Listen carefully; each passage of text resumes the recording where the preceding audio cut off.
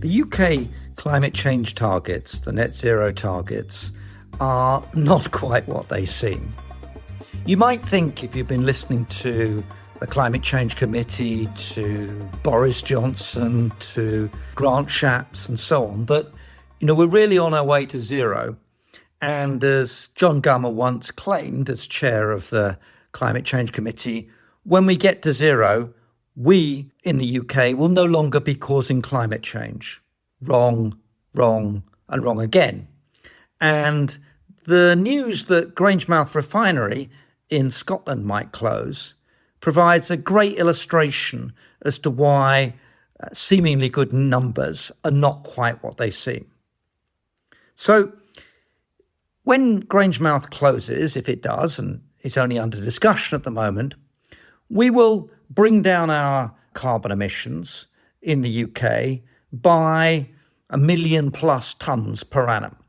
It was emitting up to about 5.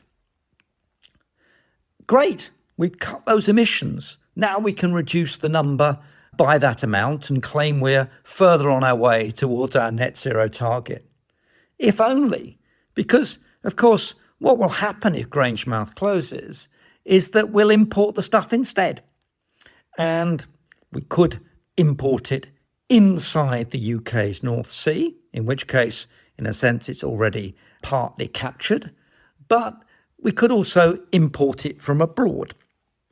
And that, of course, is what the Labour Party and much of the opposition would have the government do. They would have us close down the North Sea and at least have further licences and import the gas and the oil from overseas. Again, it's a nice way of making the numbers look better, but it doesn't do anything about climate change. Indeed, it probably makes it worse. So if we want to stop causing climate change, we should not kid ourselves that by closing down large energy-intensive plants in the UK, that somehow we're making a big step towards helping out the planet. We're probably making it worse.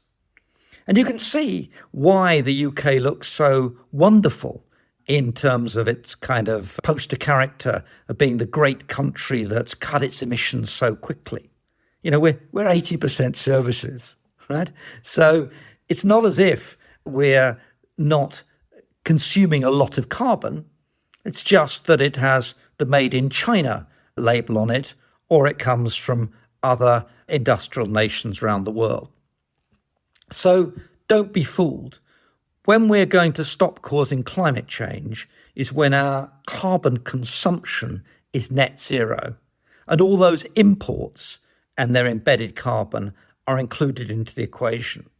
We don't solve climate change by outsourcing beef production to the Amazon, by outsourcing refineries for petrol and diesel to other countries.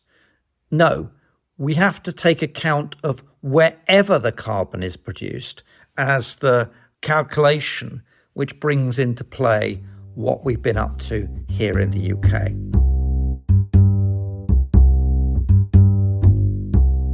But it's not just at Grangemouth. As I once jokingly explained to Boris Johnson when he was Prime Minister, if you want to do even better on the numbers, I used to say, close Grangemouth. Well, that's probably going to happen now. Close down the steel industry and hope that Brexit finishes off the car industry. I meant it in jest, but the point of my comment was meant to be very direct of what's really going on. So if we next make sure that the Port Talbot steelworks closed down, that's another 5 million tonnes off our carbon production in the UK and another 5 million tonnes towards the zero. That would make a further difference. But of course, on top of all of these industrial plants that we could close, import the stuff instead and pretend that we're advancing the cause of addressing climate change, there's one huge, big oddity in the statistics. So DRAX and its wood-burning boilers, etc., is responsible for about 12 million tonnes of carbon emissions each year. It's alongside the largest contribution from the fossil fuel sector to our emissions. It's even the 8th largest emitter in Europe. So DRAX is a big deal. And the thing about DRAX is the emissions don't count here in the UK. They count elsewhere. It's not the government's fault that the accounts aren't presented in that way, because that's how the UN does it. And that's how the UN gets to paint a better picture too.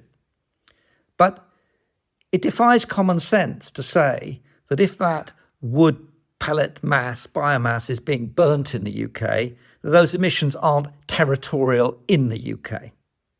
So perhaps we should add back the 12 million tonnes from DRAX into the equation and then think quite hard about whether, if we were to do without the wood burning, which has big other environmental consequences, we could actually make a dent in our territorial emissions and make a contribution to addressing global warming, global climate change.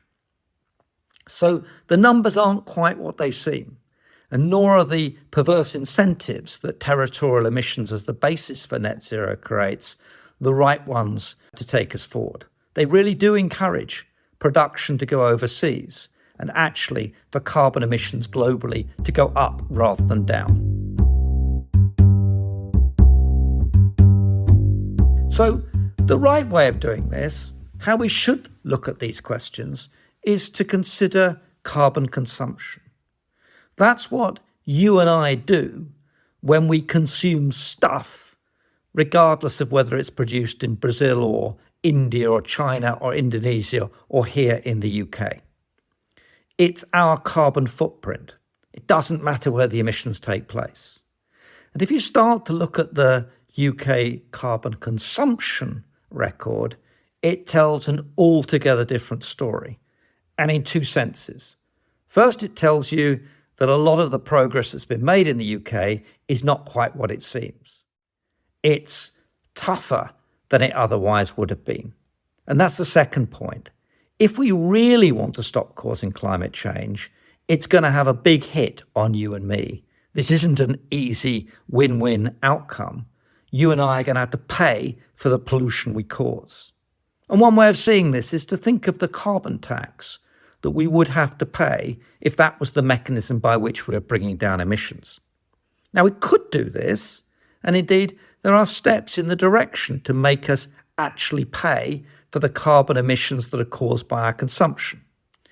And the obvious way of doing this is to apply a carbon tax or carbon adjustment at the border so that imports are treated the same way as domestic production. That really would make a difference, and the EU is making its first tentative steps in that direction.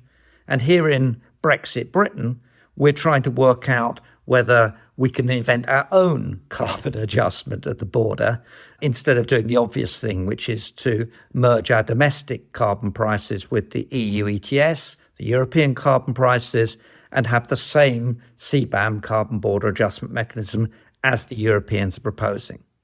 That would take us quite a lot further forward. And there are lots of implications that follow from that. Many things that you don't pay the true cost of the pollution for now that you would do in the future.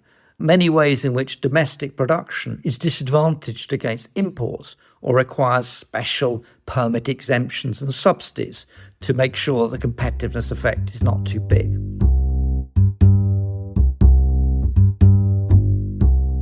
But the really big impact, which people haven't thought through, will come with all those electric cars.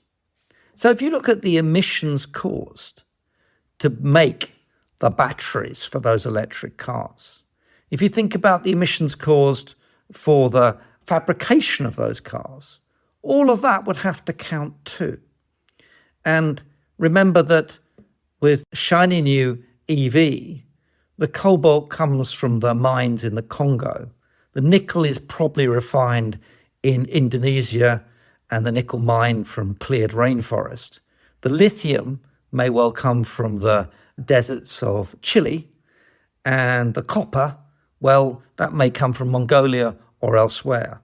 And then all of that is refined, and that causes emissions. And then when it's refined, it has to be fabricated into batteries. There are emissions there too, before it gets to your shiny EV vehicle. Nothing to say we shouldn't have EVs, that we shouldn't electrify transport. But let's be honest, pretending that the solution to climate change is net zero for territorial carbon production just doesn't cut the mustard. It's not true. And we have to face up to the fact that it's a much tougher ask going forward. And our responsibility to stop causing climate change requires us to take responsibility for our carbon consumption and not just our carbon production. And it means that we have to think quite carefully about why it's such a great idea to close down Grangemouth, to close down British Steel, and to carry on burning wood pellets at DRAX. I doubt any of those pass the test, which would be implied by just looking at the territorial carbon production numbers. So let's be honest, let's be truthful, let's look at the climate change problem and our contribution to it full face on, and let's do something about our emissions by focusing on consumption and not simply kid ourselves that if something's produced overseas, it doesn't really count. It does. And DRAX counts too, and it should be in the numbers. Thank you.